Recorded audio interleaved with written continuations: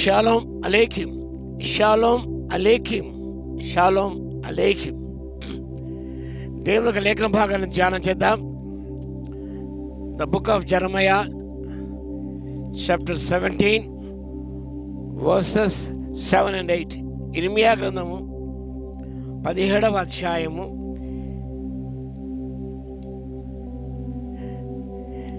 7-8 వచనాలు చదువుకుందాం. యెహోవాను నమ్ముకొనివాడు ధన్యుడు, యెహోవానికి ఆశ్రయముగా ఉండును. వాడు జలముల యొద్ద నాటబడిన చెట్టు వలె ఉండును. అది కాలువల ఊరను, దాని వేలు తనును. వెట్ట కలిగినను దానికి భయపడదు. దాని ఆకు పచ్చగా ఉండును. వర్షం లేని సంవత్సరమున చింతనుందదు, కాపు కాయదు. వాడు జలముల యొద్ద నాటబడిన చెట్టు వలె ఉండును. You are like a tree. I am like a tree. నువ్వు ఒక చెట్టు వలె ఉన్నావు. గతంలో మనం ధ్యానం చేశాం.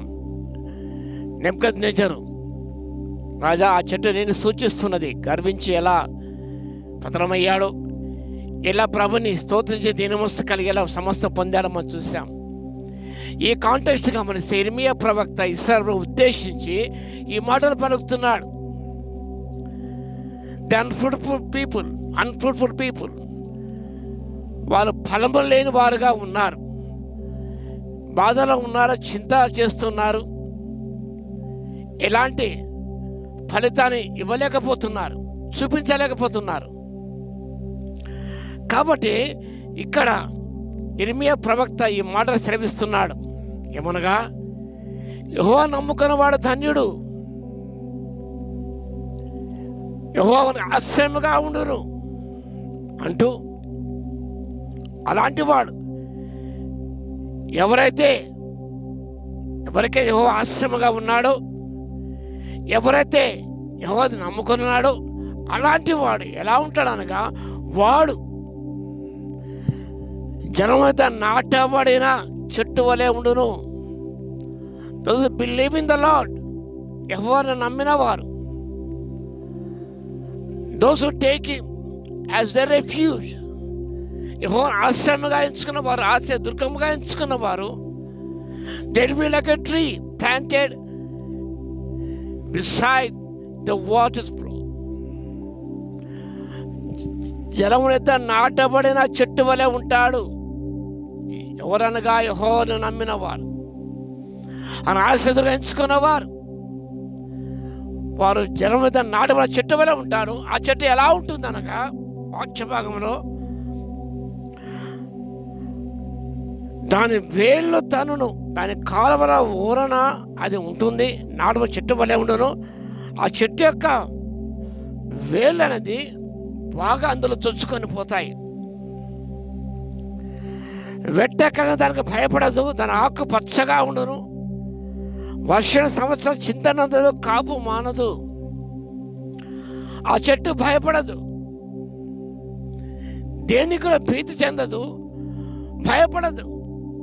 ఎందుకనగా అది జలం మీద నాటబడిన చెట్టు కాబట్టి, వేళ్ళు అందరూ చొచ్చుకొని పోయాయి కాబట్టి, దాని ఊర నాటబడిన చెట్టు కాబట్టి ఇలాంటి భయం లేదు. No fear. ఎందుకనగా యెహోవా ఆశ్రయముగా ఉన్నాడు, యెహోవా నీడగా ఉన్నాడు కాబట్టి దానికి భయం లేదు. యెహోవాను ఆశ్రయించినట్టయితే there is no need to fear about anything in your life. నేను దేనికి భయపడవు. రెండవదిగా గమనిస్తే అది చింత అనదు. there is no worry. ఏమాత్రం చింత ఉండదు. యెహోవా ఆశ్రయముగా ఉన్నాడు, యెహోవా వారికి జీవజలముగా ఉన్నాడు కాబట్టి ఇలాంటి చింత అనుందని ఈయన క్రైస్తు అనేక విషయాలు చింతిస్తున్నాడు. పర్వత ప్రసంగంలో యేసయ్య చెప్పాడు, మీరు చింతించవద్దండి, డు నాట్ వరీ. దేని విషయమే చింతపడకున్న పౌలు కూడా ఫిలిప్పీయులకు రాస్తూ 4వ అధ్యాయం 4 నుంచి మనం గమనించినట్లయితే, మీరు దేని గురించి చింతపడకుడి, ఈనాడు మనం అనేక విషయం చింతిస్తున్నాడు. చింతించడం ఏం చేయలేం. మన మూడెత్తు చేసుకోలేం. వరి ఇది characteristic of the heathen people. చింత అనేది అన్యుల యొక్క లక్షణం. ప్రభువే చెప్పాడు, అన్యులు వీటి విషయం విచారిస్తారు, దేని బిడ్డలు దేని విషయం విచారించరు. అన్యులైతే విచారిస్తారు అంతే. నువ్వు దేని బిడ్డవైతే ఏమాత్రం విచారించవు, చింతపడవు, నీవు చింతించవు. చింతన నీ ముఖానికి అది అందంగా ఉండదు, నీ ముఖాన్ని వికృతంగా చేస్తుంది. ఎల్లప్పుడూ సంతోషంగా ఉండాలి. కాబట్టి 4:4 ఫిలిప్పీలో ఎల్లప్పుడూ ప్రభువును ఆనందించండి. మరణాచరణ ప్రభు ఆనందించండి. చింతించేవారు ఆనందించలేరు, ఆనందించేవారు చింతించరు. భయపడద్దు, చింతనవద్దు. మూడవది గమనించినట్లయితే అది కాపు మానదు. అది కాపు మారదు. ప్రభువుకు ఏకున్నా ఉండలేదు. కష్టాలు ఇస్తున్నది, దుఃఖముల ప్రభుకు ఇస్తుంది. అన్ని సమయాల్లో క్రైస్తవ విశ్వాసి ప్రభుకు ఇచ్చేవాడుగా ఉండాలి. సమస్త కోల్పోయిన యోబు స్తుతిని చెల్లించాడు. స్తుతిని ఇవ్వక మానలేదు ఆయన. క్రైస్తవ విశ్వాసి నువ్వు చింతించి ప్రభుకు ఏమి ఇవ్వలేకపోతున్నావు. స్తుతి అనేది ఒక జిహ్వాఫలం. అది జిహ్వాఫలం. చింతిస్తే ఆ జిహ్వాఫలం ఇవ్వలేవు. ఆ జిహ్వాఫలం స్తుతి యాగం అర్పించమని మనం మహిమపరుస్తున్నాడు. స్తుతి అనే జిహ్వాఫలాన్ని అర్పించలేకపోతున్నాం. ఎందుకనగా you're worried about so many things. మార్తానికి అనే విషయం విచారిస్తున్నావు. you're worried so many things. మరి అలా చింత లేదు. she's sitting at the feet of Jesus, enjoying his presence. ఆయన చెంత ఉంటే, ఆయన నీ చెంత ఉంటే ఏ భయం ఉండదు, ఏ దిగులు, ఏ చింత నిన్ను సోకదు. నువ్వు సంతోషంగా ఉంటావు. నువ్వు కాపు ఇవ్వక మానవు. కష్టాల్లో ఉన్నా, దుఃఖంలో ఉన్నా, ఆర్థిక లేమిలో ఉన్నా కూడా ఇప్పుడు సింగ్ ప్రైజ్ అంటూ గాడ్. ఆ జీవోబలు అర్పిస్తూనే ఉంటావు. యోబు భక్తుడు జీవోబలు అర్పించాడు. అపొస్తలుడైన పౌలు ఆ జీవోబలు అర్పించాడు. చెరసాలలో ఉన్నాడు, బంధకాల్లో ఉన్నాడు, చింతించలేదు, బాధపడలేదు. అర్ధరాత్రి ప్రార్థన చేస్తున్నారు, కీర్తనలు పాడుతున్న ఖైదీలు వింటూ ఉన్నారు. కాబట్టి ప్రియులారా, మనం అన్ని సందర్భాల్లో కూడా, అన్ని వేళల్లో కూడా ప్రభువుకు మనము జీవోబలి అర్పించే వారముగా ఉండాలి. కేవలం సంతోషం కలిగినప్పుడే కీర్తన పాడతాం మనం, లేదా ప్రమోషన్ వచ్చినప్పుడు కీర్తన పాడతాం, ఏదో ఇంట్లో ఏదో మంచి జరిగితే మనం పాటలు పాడతాం సంతోషంగా. హల్లెలూయా హల్లెలూయా ప్రైజ్ ద లార్డ్ అంటాం మనం.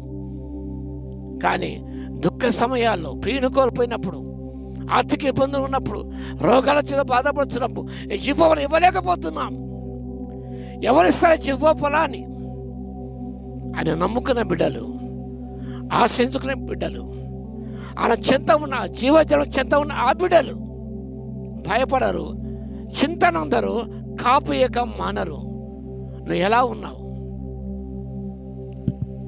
జనం ఎంత నాటువ చెట్టు వలె ఉన్నావా? నీవు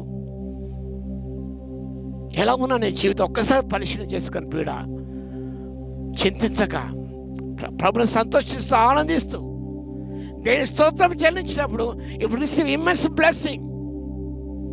adversaries to give the fruit of your lips. తప్పుకొని ఇవ్వాలి, ప్రభు కోరుతున్నాడు.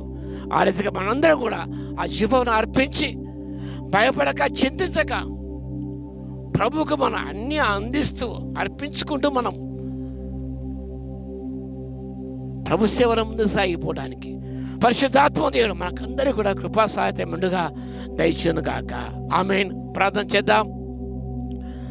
మహాకరుణ మహోన్నతుడ యేసయ్య మీ స్తోత్రాలు. మేము నమ్మిన బిడ్డలు, ఆశించిన బిడ్డలు, వారు జలమైన నాటబడిన చెట్టు వల్లే ఉంటారని వాక్యం సెలవిచ్చారు తండ్రి. అలా ఉన్నప్పుడు నాయన మేము భయపడము నాయన. దేనికి భయపడము తండ్రి? మేము చింతన ఉన్నాము నాయన.